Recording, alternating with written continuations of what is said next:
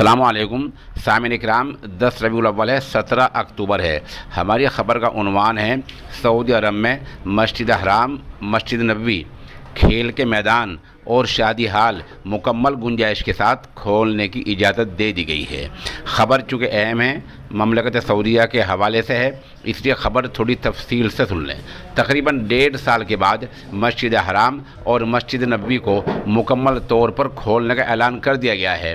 یہ ان لوگوں کے لیے ہے جنہوں نے دونوں طرح کی ویکسین لے لی ہوں، یعنی دونوں طرح کے انجیکشن لگوا لیے ہوں۔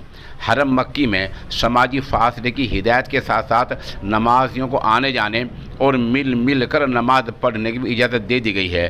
آپ کو پتہ ہی ہے کہ حدیث شریف میں مل کر نماز پڑھنے کی بہت زیادہ فضیلت آئی ہے۔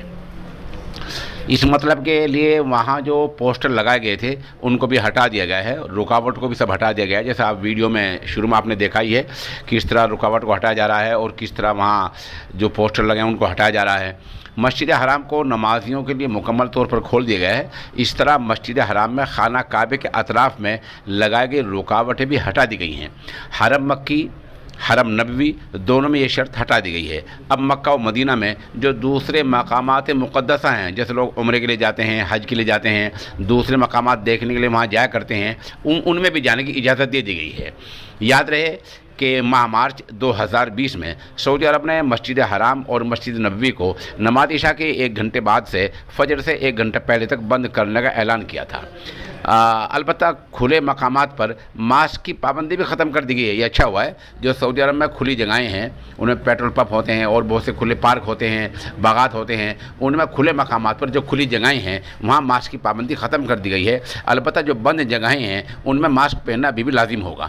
اس طرح سعودی عرب نے کھیل کے میدانوں میں بھی کورونا کی پابندیاں ختم کر دی ہیں۔ اس لیے وزارت کھیل کی طرف سے جو اعلان کیا گیا ہے اس کے مطابق تمام اسٹیڈیموں میں، یہ چھوٹے اسٹیڈیم، بڑے اسٹیڈیم جہاں کھیل ہوتا ہے، وہ سب پابندیاں ہٹا لی گئی ہیں۔ اس طرح شادی ہال میں بھی گنجائش کے ساتھ پابندیاں ختم کر دی گئی ہیں اور شادی ہالوں کو گنجائش کے ساتھ کھولنے کی اجازت دے دی گئی ہے۔ ایک خبر رساں ایجنسی میں بتایا گیا ہے کہ سعودی عرب میں بڑے پیمانے پر شادی ہالوں کی صفائی، ان کی تزئین کاری شروع ہو گئی ہے۔ بہرحال یہ ایک بڑا اعلان ہے کہ سعودی عرب نے خاص طور پر عبادت کرنے کے لیے مسجد حرام اور مسجد نبوی کو مکمل طور پر کھول دیا ہے اور وہاں پر نماز مل کر پڑھنے کی اجازت دے دی گئی ہے۔